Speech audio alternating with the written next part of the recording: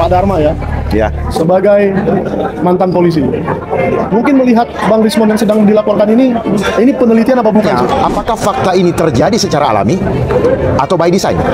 Bang Rismon jangan takut, karena kebenaran akan menemukan jalannya sendiri. Artinya asli secara fisik, tapi prosesnya palsu. Gitu. Waduh. Itu tuh. Ini kayaknya berkaitan sedikit dengan mendaftar sarjana muda tapi lulusnya sarjana. Tadi bicara KAIP, Komisi Anti Ijazah Palsu. Jangan. Karena semuanya Bapak bilang tadi semuanya. Bapak bilang tadi. Jadi guys, hari ini kita ada pertemuan tak terduga di rumah duka. Ya, tadi saya nggak sengaja mengundang Bang Rismon Sianipar. Sengaja tuh nggak sengaja? Nggak sengaja ya? Oh, sengaja. Oh. Sengaja ya. Ya, Bang Rismon Sianipar ini sekarang lagi menulis buku. Buku sekitar 300 halaman ya. Sekitar 300 halaman mengenai Total 500 sampai 600 dong. 500 sampai 600. Iya, dari sama Pak Roy dan Dr. Diva bertiga. Iya. Tetapi di rumah duka ini kami mengucapkan turut berduka cita dulu, saudara-saudara, pemirsa Langkah Update Sentana TV. Ya, kami mengucapkan turut berduka cita atas meninggalnya mama dari Mikael Benyamin Sinaga, ya, inang tua kalau saya panggil, karena berusiahan juga, mama saya berusiahan, istri saya berusiahan, opung borunya bapak saya juga siahan, dan ke atas semua berusiahan. Jadi kami berada sekarang di Pluit, di rumah duka Grand Heaven, ya, dan kebetulan abang kita Bang Pangrekun itu datang juga melayat, dan ini jadi pertemuan yang tak terduga gitu ya Michael ya.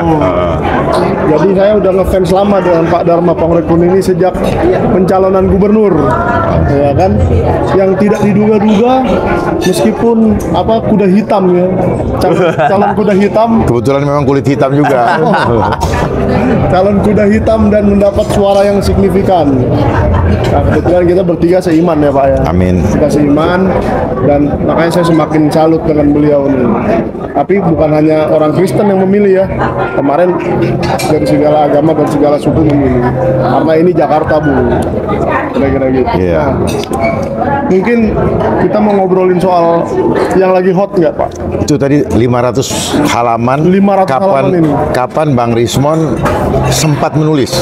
Oke. Sebentar saya lihat di Polda, sebentar di mana, sebentar di Jogja, melapor, pergi lagi balik ke Balige, pergi lagi masuk ke UGM. Iya ya. Seolah-olah beliau ini punya, Bang Rismon ini ada cloningnya nggak? Oke. Nulisnya malam. Atau mungkin punya supir pribadi, jadi nulisnya di mobil. Supir pribadinya ada sih, saya sendiri. Paket hemat Bang, Luar biasa. semua paket hemat. Mana tulang Janes Bon? Kami kan Nanti biasanya Janes Bon ada. di hotel syariah, yang penting bersih, murah, murah meriah. Jadi kalau jadi nggak ada bohir ya? nggak tahu sih, Iya. ada bohirnya. Oh, nggak ada kebetulan. Kalau ada bagi dong. Wih, sedap. Sebenarnya kita sudah punya bohir. Iya, bohir. Tuhan aja lah bohirnya. Yang ada di dalam diri kita. Dalam diri. Roh yang ada dalamku lebih besar daripada Lebih semua. tinggi dari segala bohir. Segalanya.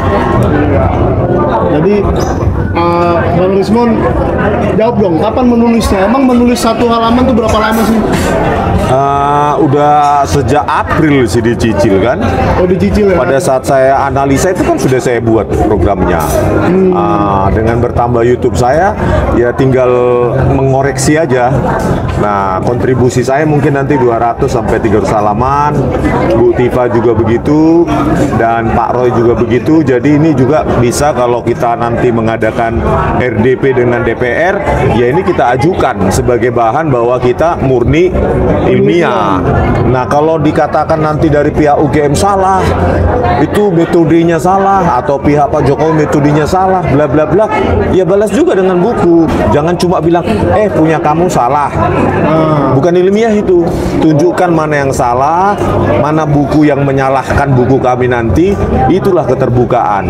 Ciri-ciri dari ilmiah adalah terbuka. Kan begitu, bro. Nah, mungkin dari Pak Dharma ya, Ya, sebagai mantan polisi, mungkin melihat Bang Rismon yang sedang dilaporkan ini penelitian apa bukan sih? Kalau kata yang sebelah sana yang melaporkan kan, ini bukan penelitian katanya, ini merusak nama baik seseorang. ya. Kira-kira dari sudut itu gimana?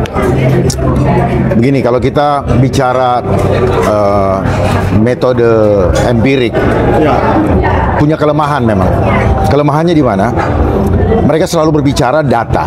Data itu adalah peristiwa yang sudah terjadi. Data dikumpulkan berdasarkan fakta. Tetapi pertanyaannya, apakah fakta ini terjadi secara alami atau by design? Sepengetahuan yang saya sudah pelajari, kebanyakan adalah by design. Memang terjadi kematian misalnya. Inilah konsep yang dimainkan oleh mereka yang menguasai sistem dunia ini supaya terjadi perdebatan. Nah, sayangnya di zaman yang sudah tua ini, segala macam disiplin ilmu dimanfaatkan untuk saling mereduksi atau saling membinasakan. Hukum, ya, hukum cuma saya ulangi, Indonesia sebagai negara hukum, hukum sebagai panglima, tetapi ternyata politik rajanya. Jadi kenapa hukum di belakangan hari ini kita melihat semakin carut marut? ya, Sebenarnya kalau kita lihat kembali ke belakang, orang-orang yang berproses perkara di court, ya, di pengadilan. di ruang sidang, court kan disebut court ya. Kenapa pakai baju hitam? Pernah nggak diteliti oleh akademisi? Kenapa pakai bajunya hitam? Jubahnya itu ya. Jubahnya hitam. Kenapa ketika kita di wisuda jubahnya hitam? Saya ingin kita mengajak ke sana karena disitulah terjadi permainan hitam. Oh iya. Ya, kita mari buka. Jadi jangan hanya melihat empirik ini, nggak bisa melihat itu, Bang. Empirik ini hanya berbicara ribut-ribut aja textbook, ngerti nggak? Ya. Tetapi permainan ini adalah permainan Dasolen. Makanya orang empirik, orang teori hanya bicara Dasein. Dasein itu mampus sama Dasolen. Karena intelektual itu kalah sama intelijen. Apa yang terjadi di dalam dunia ini adalah operasi intelijen. Ya. Lalu dibahasakan dengan kata opini. Operasi intelijen. Operasi opini adalah hasil dari persepsi yang dirasionalisasi. Wow. Ya. Jadi ini sekarang orang itu sedang perang persepsi supaya sukseslah opini tadi. Itu yang terjadi. Nah, tinggal di sini kalau kita berpegang pada kebenaran yang sejati, maka kebenaran itu sendiri yang akan memerdekakan kita. Jadi Bang Rismon jangan takut, karena kebenaran akan menemukan jalannya sendiri.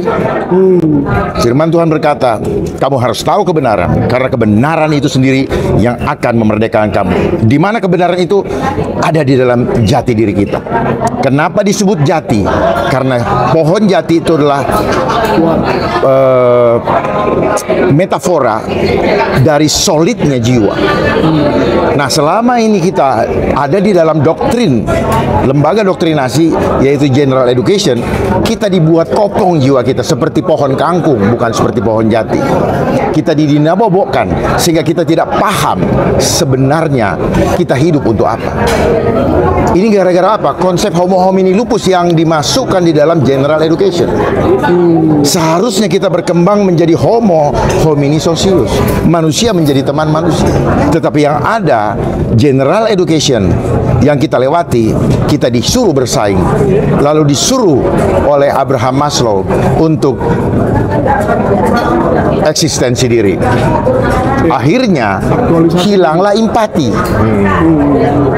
Karena egois yang ini persoalan cuma persoalan ego. Dan ego adalah pintu masuknya dosa. Gitu, Pak. Berarti Harusnya kita berasal dari Homo Imago Dei. Homo Imago Dei, image of God. Betul? Ya. Kita berkembang menjadi Homo hominis socius. Tetapi sains menggiring kita kepada Homo sapien. Lalu Homo homini lupus. Lalu kita digiring lagi menjadi Homo faber. Tahun 1902 Rockefeller Foundation menerapkan namanya I want a nation of thinker, I want a nation of worker. Disitulah orang mengejar ijazah untuk menjadi persyaratan bisa mendapatkan pekerjaan. Tapi ijazah ini tidak akan berarti apa-apa karena ternyata bisa dimanipulasi, ya, perolehannya maupun prosesnya. entah dari mana itu datangnya. Nanti kita bahas satu-satu ya supaya runtut cara pengetahuannya. Kalau mau dapat ijazah, nah persoalannya sekarang apakah ijazah masih bermanfaat? Setelah saya ikutin perkembangan zaman, ternyata ijazah ini adalah trap, jebakan Batman, di mana ketika revolusi industri ini sudah berubah ke homo teknologi, maka kemudian mereka yang tadinya hidup dalam homo faber, faham homo faber, mereka kebingungan mencari lapangan pekerjaan karena kemudian diganti dengan AI. AI sekarang mulai menggerus. Nah, ini adalah perkembangan yang dimainkan. Setelah homo teknologi akan masuk kita kepada homo digital. Disitulah kenapa belakangan hari ini tahun-tahun sejak adanya COVID-19 bicara kesehatan. Seolah-olah leading sektornya itu adalah Menteri Kesehatan. Dia hanya boneka dari kekuatan global yang ingin memaksa penempatan suatu partikel yang akan berfungsi menerima signal dari teknologi sehingga kita menjadi transhuman. Makanya dulu ada film apa namanya itu The $6 Million Man. Iya, film board apa segala macam tuh ya dan sebagainya. Menuju kita kepada homo yang terakhir adalah homo digital. Jadilah kita image of the beast. Kira-kira itu arahnya. Makanya sekarang kan perilaku iblis bermain dalam kita terlihat dalam dunia nyata. Nah, kita suka tertipu dengan apa yang terlihat mata. Kita hidup dalam dunia matriks, dunia ilusi. Apa yang kita lihat, nah itu yang ditampilkan secara empirik, tidak seperti apa yang sedang berlangsung di belakang. Gitu kan? Makanya semua orang lihat ngomong, ngaku ahli, ngaku ini semua. Tanya hatinya, kau jujur apa enggak? Udah selesai. Nggak usah terlalu banyak saya lihat di TV. Ya. Mereka gampang sekali kita melihat kok. Kita punya kemampuan scanning yang diberikan oleh Tuhan. Ketika melihat orang ini ngomong, matanya, mulutnya, hidungnya, dia pembohong. Selesai. Cuman pembuktian empirik ini sulit membuktikan modus operandi. Ya. Berarti kan? Itu. Karena modus operandi adalah motif drama kejahatan si pelaku. Makanya di situ debatable. Disitulah terjadi perdebatan. Ya. Karena dibayar atau yang murni nih. Nah, sekarang dunia ini sedang terbelah. Makanya waktu zaman Covid ada klaster-klaster diklasifikasikan. Mana yang murni, mana yang tidak. Tetapi ini adalah perkembangan zaman di mana Tuhan sedang memisahkan mana gandum, mana ilalang, mana kambing, mana domba. Nah, kita masuk domba atau kambing?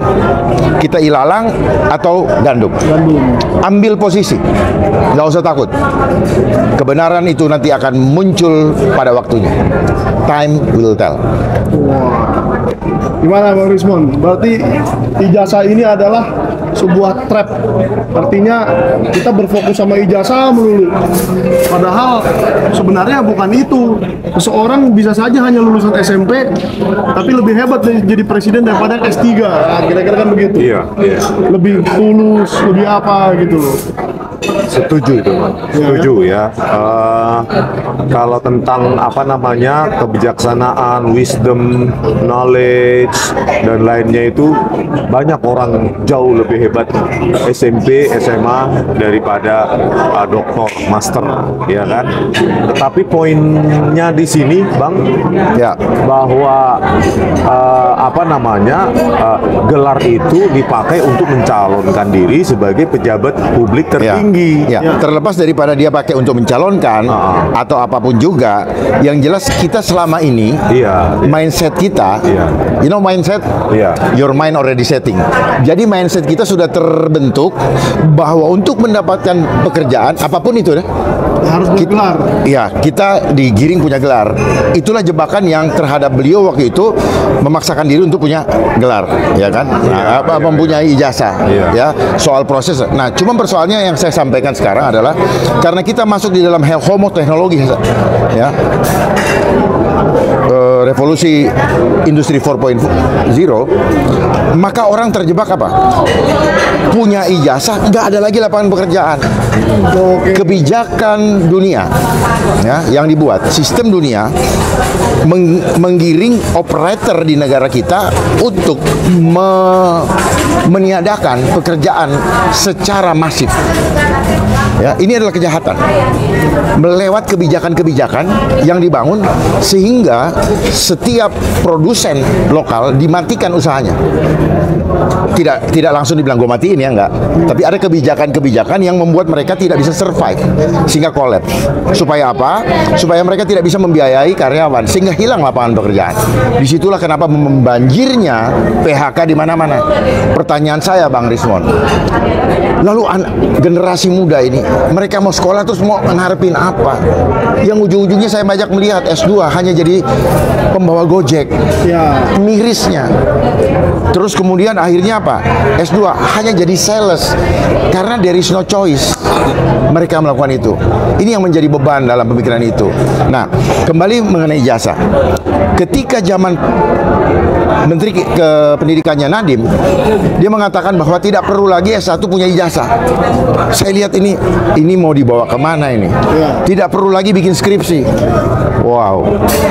Jadi ya, apakah ada hubungannya dengan yang ada sekarang nih, masalah dengan fenomena yang ada saat ini? Betul. Tanpa sadar ada pesan yang disampaikan bahwa ijazah tidak ada gunanya. Tanpa sadar ya, saya melihat ijazah tidak ada gunanya. Karena memang sebenarnya banyak orang yang tidak punya ijazah, justru dia menggaji orang-orang yang punya ijazah. Itu fakta. Oh iya, betul. Ya. Bahkan orang yang membuat sistem pendidikan selama ini yang kita pelajari, mereka nggak sekolah secara formal. Makanya mereka ahli karena dia menekuni itu. Nah, kita ini suruh belajar baca semua matematika, ini bacain, ya nggak akan bisa, nggak akan mampu. Setelah di atas disuruh spesialisasi lagi. Kenapa nggak dari kecil aja biar lebih mantap? Betul. Ronaldo itu kerjanya cuma nendang-nendang, tapi dia bisa beli ini semua. Itu Muhammad Ali itu cuma mukul, ya, cuma satu gerakan aja ya. Ya, artinya kita dilahirkan oleh Tuhan punya keunikan masing-masing, bukan untuk saling membinasakan atau meniadakan, tetapi saling bergotong royong untuk kemuliaan Dia. Saya punya pandangan seperti itu. Gitu. Ini sebenarnya selalu saya demennya sama Pak Dharma ini, selalu berpikir out of the box, tidak tidak lurus-lurus, gimana bilangnya, bukan lurus ya, tidak prediksi, tidak textbook, lebih dalam ini. Berarti masalah ijazah ini sebenarnya adalah masalah umat manusia keseluruhan ya. Ini masalah artinya masalah karakter. Ini kita berbicara kepada karakter. Dan karakter ini betul-betul diekspos atau dipublikasi untuk menjadi apa ya, Kelihatan tuh. untuk menularkan kepada masyarakat Ya. bahwa kejujuran nggak penting. Nah, Ini yang penting punya power. yang penting kalau kita punya power, Kejujuran tidak lagi penting. tinggal bilang aja, wah dia mencemarkan nama baik, gitu kan. Apapun itu hanya apa ya? Hanya sub sistem aja, Pak. hanya- Salah satu cara. Hanya cara-cara kecil. Ya, jadi kita harus lihat lebih jauh bahayanya. Bahayanya akibatnya akan terjadi distrust di bangsa ini. Kita lihat aja sekarang banyak orang yang gara-gara rekeningnya diblokir. Ya, karena Ya. 3 bulan tidak dipakai, diblokir rekeningnya. Itu kan dia tanya sama dia, kamu dapat ilmu ngeblokir dari siapa? Dari mana kok yang ngajarin kamu? Apa tujuannya? Bukan dari mereka, dari global. PPATK ini punya global. Oh alah. Ya, dia pura-pura bilang gini, oh mau mengawasi supaya orang nggak korupsi. Ya. Tapi tanpa sadar mereka mencoba mereduksi rasa iman kita kepada Tuhan bahwa rezeki itu ada. Gitu. Supaya tidak ada jiwa pengasih kepada yang lain. Karena apa? Ada aturan. Ya, ya. Makanya ketika saya seleksi KPK, saya mengeluarkan pernyataan gini yang kontroversial. LHKPN itu adalah konsep ateis. Konsep bahwa itu tidak percaya Tuhan. Gitu. Kenapa? Dan akhirnya orang-orang membuat LHKPN tidak ada yang jujur. Gitu. Jadi buat apa? Buat apa? Bapak nggak takut nanti ada penasihat Kapolri yang Saya takut. marah? Loh, itu fakta. Soalnya kemarin Bang Rismon yang bilang ya. Oh, Pak Roy. Pak Roy Suryo bilang, wah, Pak Roy Suryo bilang, wah kawan ini bikin LHKPN aja tidak jujur. Coba benar nggak Pak, LHKPN-nya nggak jujur? Jadi begini, Gitu. saya menyampaikan itu waktu itu karena ya memang saya dalam waktu tes seleksi KPK dengan Pak Firly Bahuri. Oh, Pak Firly Bahuri. Ya, Pak Firly Bahuri saya ikut. Akhirnya beliau yang terpilih gitu ya. Yang dipilih. Oh, yang, Oh, yang dipilih. Oke. Bedakan terpilih dengan dipilih. Ya. Siap. Ya, bedakan. Heeh. Gitu. Jadi ketika itu saya sebutkan itu kenapa? Karena LSM mempersoalkan bahwa yang ini belum melaporkan harta kekayaannya.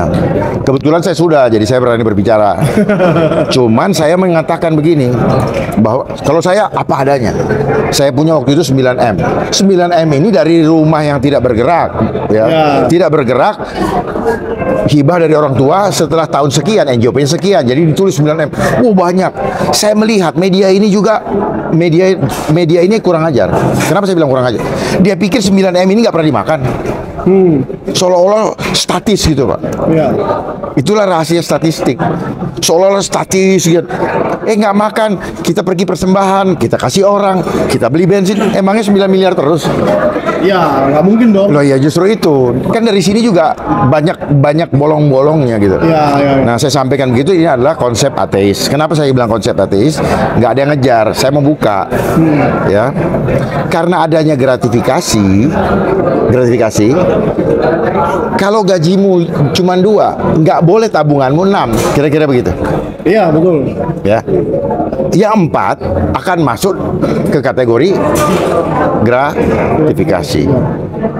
Nah, akhirnya yang 4 kemana? Sembunyiin dong. Ya. 2 lah masuk LHKPN. Iya. 4 ini misalkan pakai Panama Ya, Paper. jadi disitulah seolah-olah Kok ketawa lah ya? Iya. Luhut dong. disitulah seolah-olah bahwa hidup itu hitungan matematika.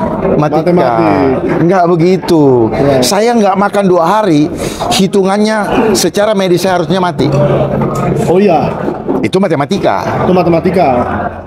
Orang laki sama perempuan berkeluarga, dia bersetubuh, harusnya hitungan matematika pasti punya anak. Ya. Belum tentu. Kehidupan divine atau ilahi itu nggak ada hitungan matematikanya. Dia infinity. dia tidak terbatas, suka-sukanya Tuhan. Jadi mari kita ikut suka-sukanya Tuhan, jangan suka-sukanya manusia. Kalau suka-sukanya manusia hanya kerjanya melukai, mencerca dan sebagainya.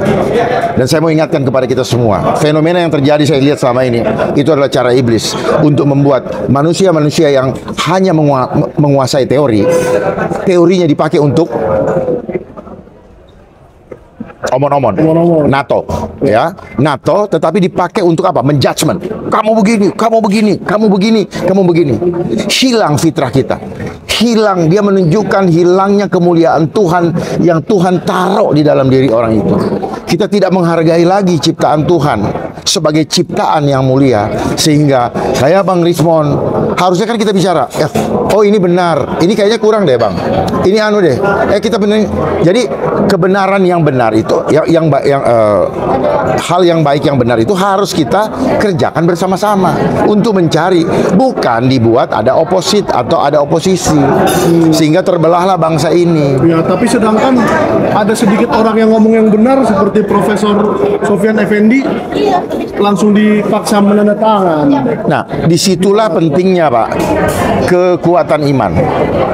Kalau kita punya kekuatan iman, maka nggak usah takut dengan apapun juga. Ya, sampaikan kebenaran walaupun langit harus runtuh.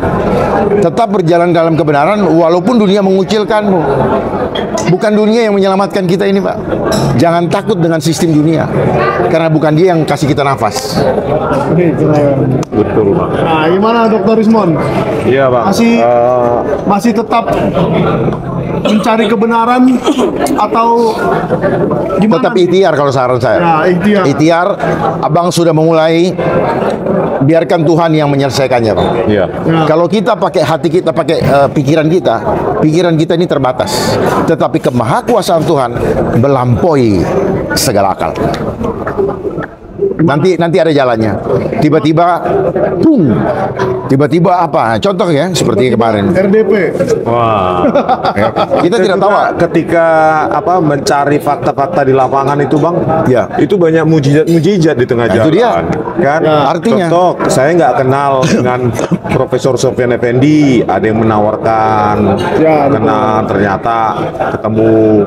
Terus kemarin dengan Pak Kasmujo, tak terduga juga kita cuma mampir, ternyata bertemu. Dan itu ada juga yang memandu ya kan, memandu kita mencari rumahnya Pak Kasmujo. Kita pun bingung di mana, ternyata ada ketemu. Jadi kami lagi ke kantor Kedaulatan Rakyat. Iya. Jadi ada orang menonton live kami dan mendatangi kantor Kedaulatan Rakyat itu, Bang, saya antarin ke rumah Kasmujo, mau nggak? Nah, itu kan luar biasa Pak. Ya. Tentu. Jadi Tuhan memang selalu mempertemukan dengan manusia-manusia yang satu frekuensi. Makanya ketemu kan? Wah, kayak gini lah ya. Ya, itu frekuensi. Saya ini pernah menangani kasus ijazah. Saya tidak perlu. Ya. Makanya saya paham. Saya paham sekali. Saya pernah telepon. Saya paham sekali. Yang dulu sudah pernah dianggap, wah ini tidak terbukti. Ya. Ya jelas tidak terbukti. Ya. Ambil clue-nya ya, ambil clue-nya ya. Saya coba main halus. Yang diperiksa adalah fisik dokumennya. Ya.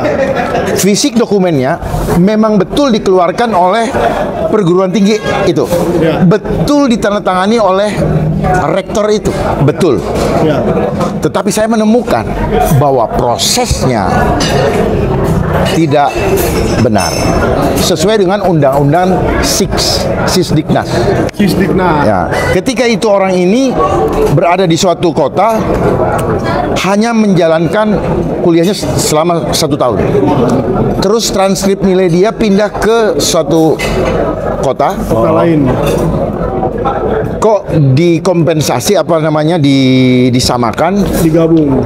seolah-olah dia bisa langsung melanjutkan.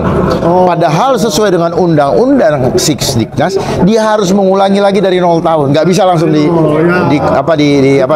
ditransfer. Jadi dari situ saya bilang, oh gampang. Oh, kenanya di situ ya. Gampang. Artinya asli secara fisik. Tapi prosesnya palsu. Gitu ya. Waduh. Itu tuh. Ini kayaknya berkaitan sedikit dengan mendaftar sarjana muda tapi lulusnya sarjana. Gitu. Gitu Dan kan? itu pun tidak bisa diterangkan, dijelaskan secara komprehensif oleh Profesor Kuncoro kemarin pada saat kami bertemu di Rossi. Abang bisa lihat lah mukanya dan cara ngomongnya lah. Iya. Hatinya seperti apa. Iya, dari sarjana Oh, iya. muda melompat ke sarjana itu nggak bisa dijelaskan. Kita sulit mempercayai manusia karena manusia ini hanya casingnya kita lihat sebagai sosok misalnya Rismon, tapi dalamnya yang mengendalikan fisik ini itu yang penting. Taklukkan dalamnya. Siapa yang menang di dalam alam spiritual, dia akan menang di alam fisik. Jadi itu yang membuat mulut orang begini-begini itu apa? Spiritnya, Bang. Gitu. Orang bisa diem ngelamun begini. Kenapa dia ngelamun? Lagi kosong spiritnya. Kan gitu aja. Betul gak, Bang? Oh, kemarin Jadi kalau orang lagi mengucapkan hal-hal yang nggak bagus, ya spiritnya itu, Bang. Saya lihat Bang Resmon top, sabar, tenang, ya, jangan terpancing apapun juga. Biarkan mereka selesai dulu. Setelah itu lihat, Abang lempar senyum sama mereka. Senyum sama mereka. Mereka malu sendiri. Ih, gue ngomong apa ya? Saya nggak ragukan lagi, Pak, karena dibilang keledai saja nggak mempan. Lalu luar biasa. Santai aja dia. Padahal mananya yang kayak keledai coba. Memang orang Nggak ada mirip-miripnya. pepatah mengatakan makin tinggi ilmunya, makin dia seperti padi. Nah. Ya. Berarti makin gede ngomongnya, Makin nol isinya. aduh, gimana Bang Rismon? Iya, kita apapun tujuannya nanti atau ujungnya nanti sampai di mana, tetapi kami ingin membuktikan kepada pemirsa semua bahwa tujuan kami akademis dan ilmiah. Itu aja dulu. Kalau ilmiah kan boleh salah, Bang. Ya, Tapi tidak boleh berbohong. Iya, tidak Ya. boleh berbohong. Oleh karena itu, supaya tidak berbohong, maka terbuka. Nah, kami sajikan dalam bentuk buku, maka pihak Pak Jokowi, pihak UGM, kalau ingin membantah, Silakan dengan bantah, keterbukaan saja juga, dalam bentuk buku atau apa. Kenapa nggak pakai ini? Nggak pakai ruang dari Komisi Keterbukaan Informasi? Untuk meminta itu. KPI, Iya. Bukan KPI, Komisi KIP. KIP Ya, Komisi- jadi meminta, laporkan ke sana, meminta kepada KIP untuk memanggil UGM. Oke. Iya, udah Memanggil dilakukan UGM. atau belum itu? Ya, masih diproses oleh Pak Roy Suryo. Enggak, langsung aja. Ini ada pengalaman kan, ketika Badan POM terus ada orang yang menggugat bagaimana ingredient daripada isi vaksin.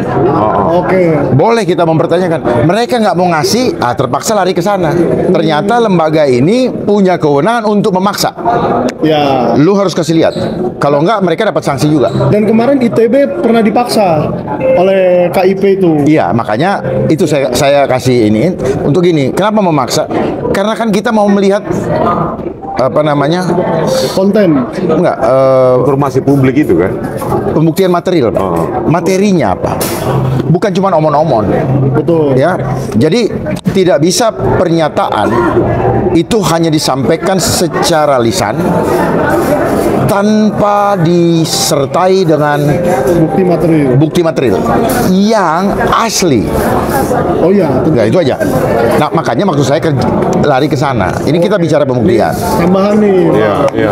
Kita Karena saya pernah mengikuti sidang itu, ya. Jadi ingredientnya kebuka semua, dari situ kita lihat di sidang. Ih, ngebohong semua orang. Jadi asik gitu ngeliatnya. Terus orang yang bohong itu selalu mukanya kayak tikus kebasahan. Ya. Kita bisa lihat begitu dia bohong, Ibu. Asik. Oke. Selamat berjuang. Ini ada fans Sentana TV juga. Wah, gila loh, di rumah non-stop. Kalau boleh TV itu diangkat ke dalam kamar. Biar ketahuan besar. Iya. Kalau kecil, Pak, kecil. pakai TV sampai kelihatan semua. Udah Pak ya. Ya. Jadi gitu bang. Pak James Bond. Pak James Bond sini dulu. Ini banyak yang nonton ini loh. Mungkin sudah ada 20.000 orang yang nonton.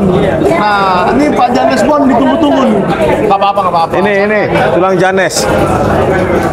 Pak James Bond. Selamat sore. Halo, selamat sore semua. Tambahin lagi dong mic-nya. Tadi bicara KAIP, Komisi Anti Ijazah Palsu. Enggak KIP Kak, Komisi Informasi Publik. Iya, tapi kalau saya bilang KIP lah, ijazah palsu lah IP-nya lah ya. Komisi ijazah palsu. Karena semuanya Bapak bilang tadi semuanya. Bapak bilang tadi nggak ada ijazah karena ada seorang nggak punya ijazah tapi bisa menggaji seseorang banyak, ya kan? Betul. Tapi kalau si Jokowi enggak bisa menipu orang banyak tanpa ijazah. Itu hebatnya dia. Itu. Gini saya sarankan jangan hanya terjebak untuk menyampaikan itu, lebih baik masuk kepada materi. Ya. Nah, jangan terlalu sering menyebutkan nama tadi.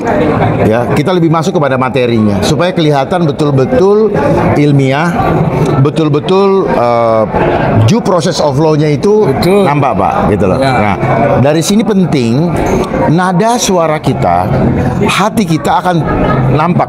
Jadi mulut kita adalah jendela hati. Jadi kalau kita mau tulus, sampaikanlah dengan lemah lembut. Tapi begini Pak. Jangan ada tapi. Enggak, saya Nggak bisa. tapi begini. Lemah lembut itu nggak pakai tapi. Pak. Jokowi itu lembut. Pelajaran. Jokowi lembut sekali. Saya kan jangan sampai bikin gaduh ijazah. Jangan ikut-ikutan, itu aja Pak. Saya bilang. Saya itu aja. Jadi gini Pak, kelembutan itu mana yang asli, mana yang palsu, itu bisa dirasakan. Tapi ada juga kelembutan yang palsu. Ya, enggak, makanya saya bilang, kan tadi saya bilang Pak, mana yang asli, mana yang palsu. Nah, itu bisa dirasakan, dia punya vibrasi Pak, dia punya getaran. Kalau bikin orang jengkel, berarti itu palsu. Tetapi kalau menenangkan hati, nah, itu berarti dia tulus. Ya, seperti Bapak lah menyenangkan hati orang dia kan. Kalau saya sih, kalau umumnya lemah lembut tapi tiap hari di depan rumah doang, ya itu kemungkinan palsu. Jadi kok ada wartawan nunggu depan rumahnya puluhan orang gitu loh. Itu mah wartawan settingan semua itu, setting semua. Pulang-pulang dikasih ampau. Itu aja kok. Soalnya pelaku juga ini Pak. Ya, saya melihatnya fenomena itu apa? Inilah fenomena akhir zaman, di mana uang atau urusan perut menjadi first temptation. Orang jangan pikir ini hanya sekedar terjadi begitu aja. Termasuk ini YouTube, termasuk apa? Ini fenomena di mana kita suatu saat akan di lockdown dan ini menjadi ruang untuk mencari pekerjaan, Pak. Gitu. Karena akan banyak disiplin-disiplin ilmu yang diignore sama AI, nggak perlu lagi. Makanya misalnya Bang Rismon sudah doktor, belajar ke Jepang, pulang-pulang pakai Ella, pakai ini sampai pakai elo. Iya, karena sekarang bikin skripsi aja bisa pakai AI loh. Justru itu. AI tolong bikinin saya skripsi mengenai teknologi kayu misalnya. Langsung itu kayu-kayu itu langsung mengenai industri kayu di Surakarta tahun 1985. error karena nggak ada itu error itu. Dan gitu dong. Kan ada. Error, nggak ada. Game ada Pak. Di game ada tapi di Surakarta nggak ada. Oh, di Surakarta ada. Gimana Bang Rismon? Iya, apa namanya? Tadi diambil Pak James. Apa syarat untuk menjadi pemimpin nasional kan jujur kan Bang? Dari awal juga jujur. Berintegritas, Iya, makanya betul, ada betul. fakta integritas. Itu kan kertas. Kertas. Masalahnya di atas kertas, Pak. Akibat apa? Kehidupan kita kehidupan formal, Bang. Makanya semua butuh formalitas. Bayangkan, Bang ya, sumpah kepada Tuhan itu diformalkan, Bang. Tetapi setelah sumpah, mereka ke belakang layar lalu nanya apa yang bisa kita duitin. Nah, Itu semua pada formal, Bang. Sejak kita lahir, kelahiran formal. Oh, ada akte kelahiran. Mulai punya penduduk, ada semua hidup kita di atas kertas, sampai cinta pun di atas kertas. Gitu kan? Di lagu. Ada kan? Ada, iya.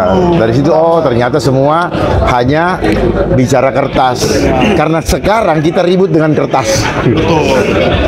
Presiden pun dikalahkan dengan kertas ya. Ya, Dikalahkan dengan kebenaran suatu kertas. ya sekarang abang lagi dipersoalkan urusan kertas bang. Coba bayangin, urusan kertas yang ditampilkan di layar digital. Fotokopi lagi. Iya. Tumpahan teh lagi. Atau kopi itu saya nggak tahu tuh. Gitu. Iya kan? Kopi jasa. Iya. Kan kertas itu. Iya. Biasanya.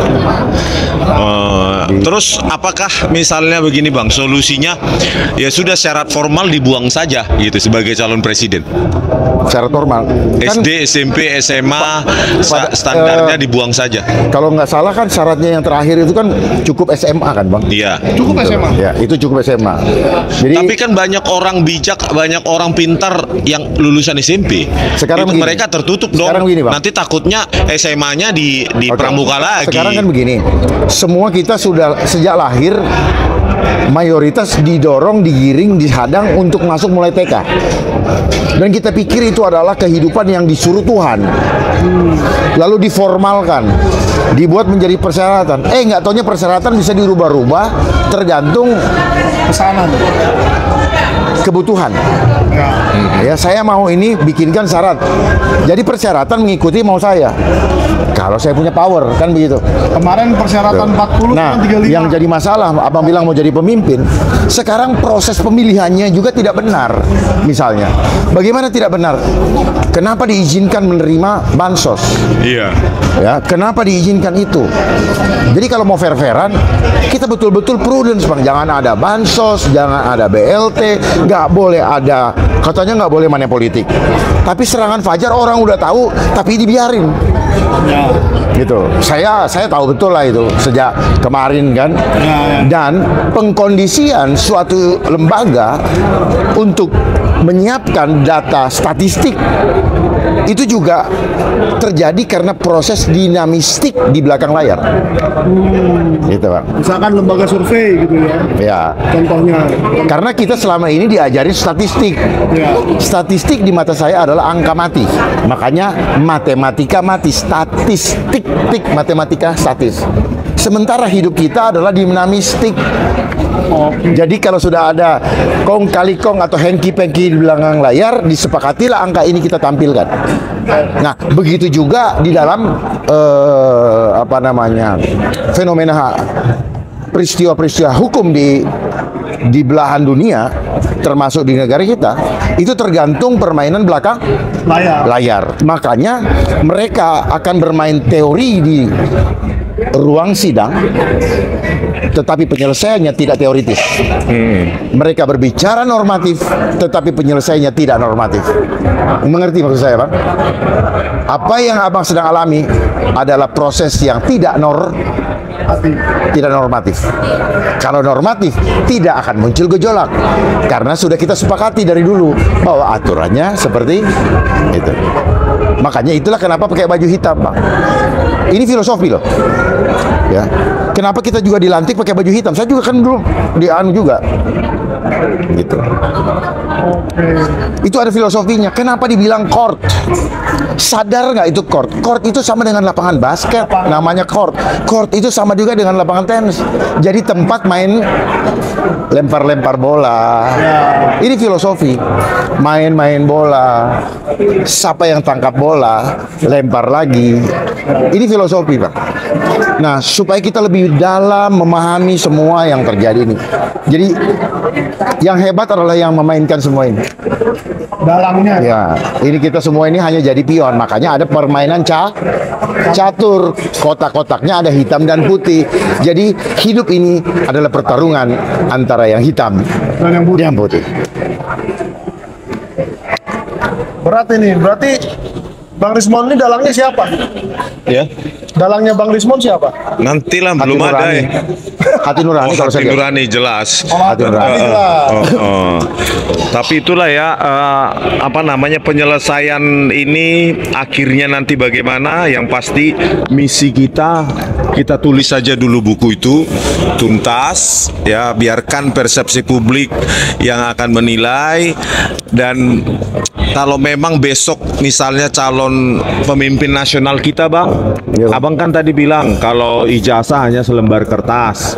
Nah, kalau memang kertas itu hanya sebagai formalitas, harusnya PKPU itu sebagai calon pemimpin nasional juga harusnya syarat formalnya juga dibuang saja. Ya. Maksud saya supaya tidak ada lagi orang yang mengejar syarat formal tapi dengan cara-cara yang Ya, tidak baik. kalau toh tidak ada maknanya kan? Iya, tidak ada maknanya. Betul, Itu ya. lebih baik.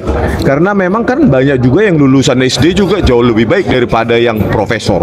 Karena Gitu. pada kenyataannya yang terjadi bukan yang menang itu bukan yang bermain di formal, Iya. tetapi dia yang bermain di informal.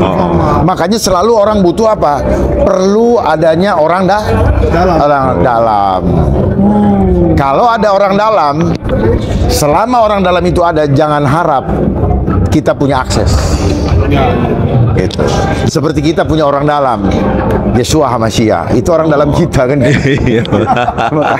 Walaupun dia lagi antre, hai ini anakku, kamu masuk dulu. Kira-kira begitu. Jadi perlu ini sambil guyon lah ya. Jadi kalau abang misalnya gitu, saya tanyakan secara formal misalnya pendidikan minimal itu dibuang untuk syarat pemimpin nasional, itu abang setuju? Saya setuju. Kenapa? Raja dulu nggak punya sekolah. Lihat Wastu Kencana. Dia bisa memimpin sampai umur 129 kalau nggak salah. Dia baru diangkat menjadi raja usia 23 tahun. Tetapi ketika Majapahit jatuh, merekalah yang mampu mempertahankannya itu. Dan mereka dibagi dua, sebagian akhirnya lari ke Baduy dan sebagian ke daerah Jawa. Itu. Nah, disinilah yang dibutuhkan bukanlah pintar, tetapi bijak. Pintar itu ada 3 kriteria: cerdas, bijak, dan terampil. Inilah manusia sejati. Sehingga dalam hidup dia punya prinsip gini, saya menerima dan tidak disimpan dan dia kasih. Ya, jadi tidak ada yang disembunyi-sembunyikan. Nah, itulah sejatinya manusia. Makanya ada istilah terima kasih. Terima kasih. Itulah saluran berkat. Itu Bang Rismon. Jadi Laik setuju kalau syarat formal pendidikan itu dihapus dari Saya syarat. pribadi nih. Iya. Kalau saya pribadi, lebih baik gak usah ada syarat sama sekali. Siapa yang diinginkan oleh rakyat harus dikasih jadi presiden. Bahkan ya ini bakal membuat ini juga sih ya, bakal membuat gejolak politik ini kalau benar-benar terjadi. Ya calon independen dibolehkan saja, ya kan Pak? Artinya kalau memang ada calon-calon yang bagus, meskipun dia tidak punya ijazah atau tidak punya apapun, kalau memang dia bagus dan dia yang terbaik untuk bangsa ini, kenapa harus kita berikan aturan-aturan yang mempersulit dia untuk mencalonkan diri? Nah, ini sistem kapitalis. Jadi sistem kapitalis itu, Bang, sistem kapitalis itu memang sengaja Membuka selebar-lebarnya. kuncinya ada di uang. Gitu. Setelah reformasi terjadilah amandemen undang-undang. Nah, sistem kapitalis ini memang sengaja dibuat, siapa yang kapital kan, siapa yang punya kapital atau punya modal, dia yang akan mengendalikan orang dalam. Siapa yang tidak punya modal, dia modar, gitu. Modar. Ini Modal atau modar ya? ya, modal atau modar. Makanya setiap kalimat ternyata itu adalah symbol of thought, Bang. Buah pikiran yang disimbolkan lewat kata. Presiden, pressure to the resident. Presiden pressure to the resident. Jadi ya Menekan rakyat. don't expect too much lah. Karena istilah presiden ini adalah simbol atau predikat yang diberikan oleh sistem kapitalis atas persetujuan mereka kamu memimpin negeri itu untuk menjadi operator kami mendapatkan kapital dari bangsamu. Gitu aja, cuma begitu-gitu aja kok. Muter-muter di situ aja, kapital. Ini aja deh tempat ini. Ini kan Kapitalis sekali. rumah tempat persinggahan orang meninggal.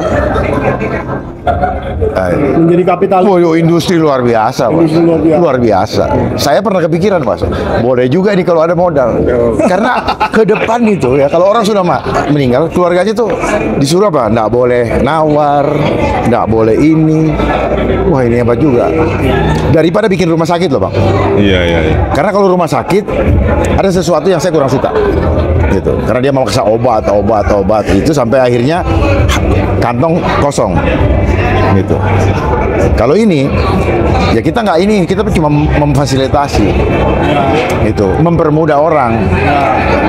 Cuman nanti kalau bisa jangan mematok ini harganya segini nggak bisa ditawar. Ya kasih yang untung dikit, capek boleh, tapi jangan itu gitu loh. Karena kurang nggak bagus ya. Orang Secara sudah moral, ya? Iya, secara moral nggak bagus. Orang sudah ini susah malah dibikin susah. Akhirnya yang datang ke sini apa? Hanya orang-orang yang bedoi. Ya, karena Yang nggak ada doi, Doe. Doi. Hana hepeng, hana inong. Hana peng, hana ya, jabatan. Makanya semua ya, jabatan pun industri. Makanya kena fenomena bilang Wani Piro tuh, oh gitu. keren juga nih. Tapi memang lah ya, kalau ngobrol sama Pak Dharma ini harus Banyak filsafatnya. filsafat. Iya. Nih, ngerti nggak nih Termul yang nonton nih? Soalnya setengahnya nonton kita Termul. Nggak, lebih enak kalau mereka nggak ngerti. Yuk kita ketemu face to face. Jangan berdebat hanya dengan manusia apa ya, manusia digital. Ya. Ketemu supaya apa? Kita harus sayang sama mereka. Kita harus anggap mereka korban. Oke. Korban. Mereka terbentuk karena dibentuk oleh sistem. Korban pembodohan ya. Seperti saya ini orang aneh dibilang. Oh ya. Ya, orang aneh saya bilang. Kenapa? Saya maklum karena saya pernah menjadi bagian daripada seperti itu. Tetapi setelah Tuhan buka semua banyak, maka yang tidak nampak itu udang di balik batu kelihatan. Nah, itulah ya. Jadi lah ini masih bagian dari sistem nggak? Enggak, Atau sudah termerdekakan? sudah merdeka. Sudah merdeka ya. Ya, makanya kenapa beliau berani bersuara? Karena sudah jiwanya merdeka. Merdeka. Orang yang tahu tapi tidak mau bersuara, sebenarnya dia masih slave. Dia masih menjadi budak daripada comfort zone.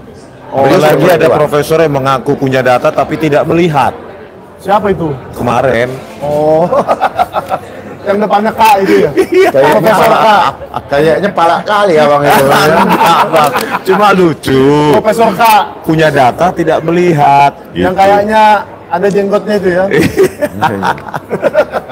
Banyak profesor ada jenggotnya.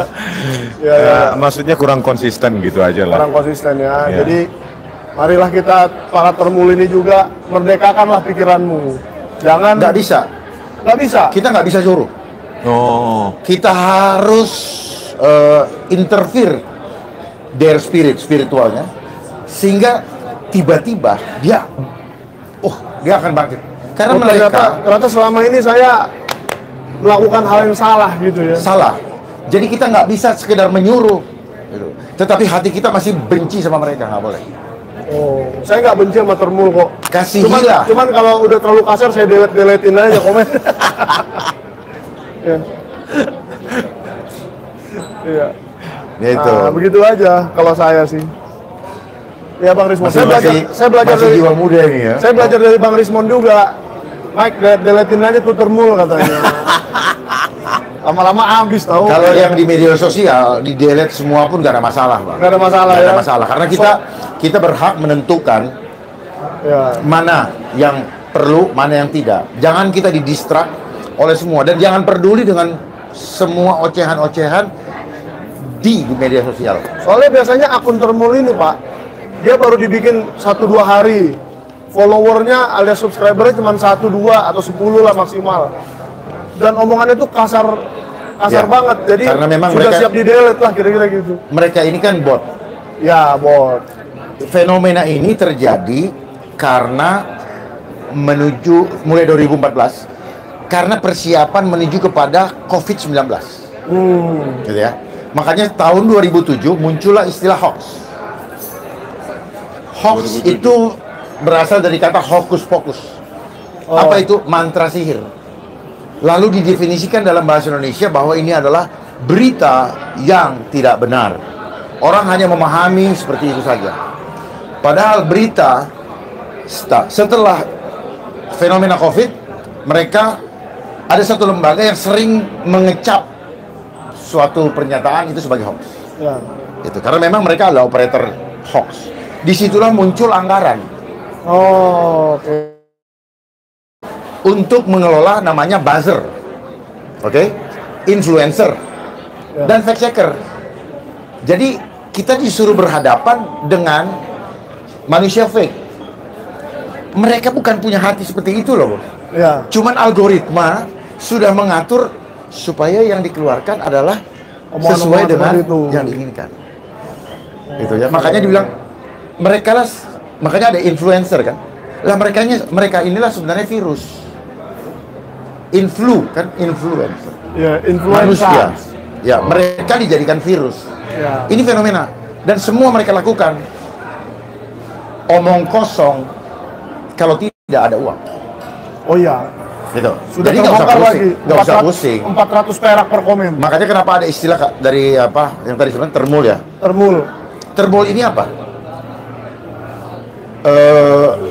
Asosiasi daripada seperti binatang kan? Ya. Kan ternak. Ya. Yang diternak itu hanya binatang. Manusia kan nggak diternak. Nggak bisa. Karena punya free will kan? Betul. Nah, kasihan Heeh. mereka itu sudah tidak punya free will. Ya. Karena makan asupannya itu sangat tergantung kepada supply, Ya. gitu Bang. Jadi saya tetap mengasihi mereka. Karena ini fenomena di mana setelah COVID, kehidupan dibikin sulit, dialihkan kepada industri hoax. Industri hoax, komponennya adalah buzzer, influencer, dan fact checker. Fact checker. Tetapi ada satu lembaga yang mengkoordinir mereka, sehingga terjadilah ada judol juga, terjadilah namanya pinjol, semua Ya. itu fenomena digital. Saya tidak kaget dengan semua itu. Orang kesulitan cari makan, sekarang diributkan, dipakai buat judol, lalu disalahkanlah itu mereka. Woi, Ya. lu ngurus negara, rakyatmu inilah sistem kapitalis.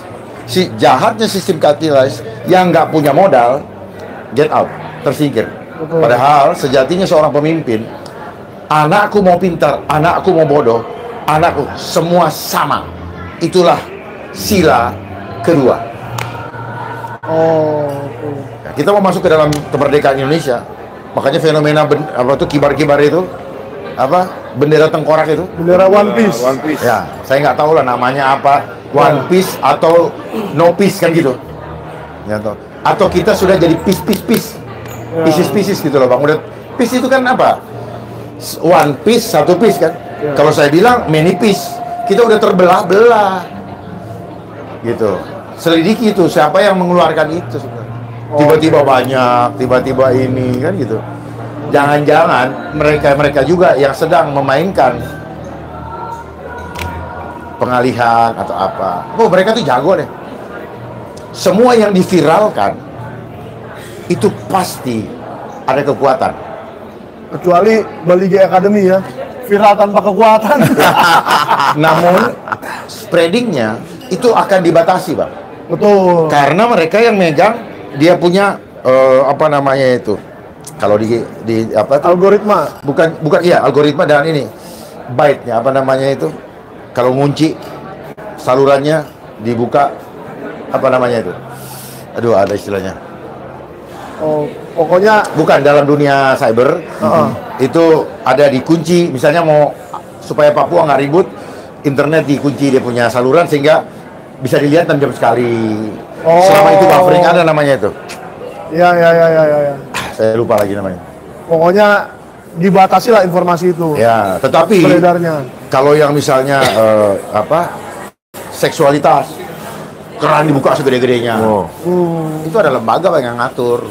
Ya. Ada judul, ada lembaga yang ngatur. Aduh, apa?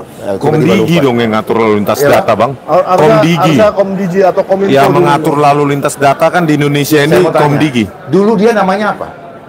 Kominfo. Nggak ada. Kominfo. Dari sejak Kominfo saya sudah komentari. Harusnya bukan Kominfo tapi Infocom. Oh. Kenapa Kominfo? Karena tadi filosofinya adalah semua informasi dikomunikasikan. Gitu, tanpa difilter, Bang. Kalau Infocom kan informasi, filter, baru komunikasikan. Oh iya. Gitu. Nah, kenapa dia berubah jadi Komdigi? Kira-kira kenapa? Nggak tahu, Bang. Semua komunikasi Karena digitalisasi. suksesnya COVID. Oh. COVID itu di belakangnya ada ide, Bang. Identity, Oh. digital. 19 itu AI, Bang. Satunya A, 9-nya I. Itulah, Bang, sekarang percepatan digitalisasi. Makanya karena suksesnya COVID, karena kita sekarang mau dijadikan homo digital, makanya mereka berubah jadi Komdigi, Bang. Jadi setiap lembaga yang di pemerintahan, kenapa berubah-ubah setiap periode? Karena arah daripada agenda globalisasi itu yang diikuti sesuai dengan blueprint yang diberikan. Jadi jangan cuma lihat gitu aja, Bang. Ada blueprintnya, Bang. Ya. Kayak Abang kan? Abang kan belajar planning, organizing, actuating, dan controlling. Sadar nggak kita bahwa hidup kita di planning sama mereka? Ini yang terjadi. Ini namanya skenario. We are living in the scenario of globalism. Ya, memang betul ya. Gitu, Bang. Jadi memang Indonesia ini sebenarnya negara besar yang harusnya bisa menjadi pemimpin dari gerakan baru. Jangan mengikuti agenda-agenda yang lain-lain itu gitu. Kita nggak bisa salahkan karena yang mau mengikuti itu yang dipilih. Gitu, Bang. Waduh. Ini Nggak makin mau dalam mengikuti. ini. Nggak mau mengikuti, singkir. Nah, makanya proses kayak Mas Rismon, Bang Rismon segala macam adalah proses eliminasi kalau idol. Eliminasi anak-anak bangsa yang ingin, yang sungguh-sungguh mencintainya, supaya hilangnya keberanian, perlawanan jiwa. Ya, Bang Rismon.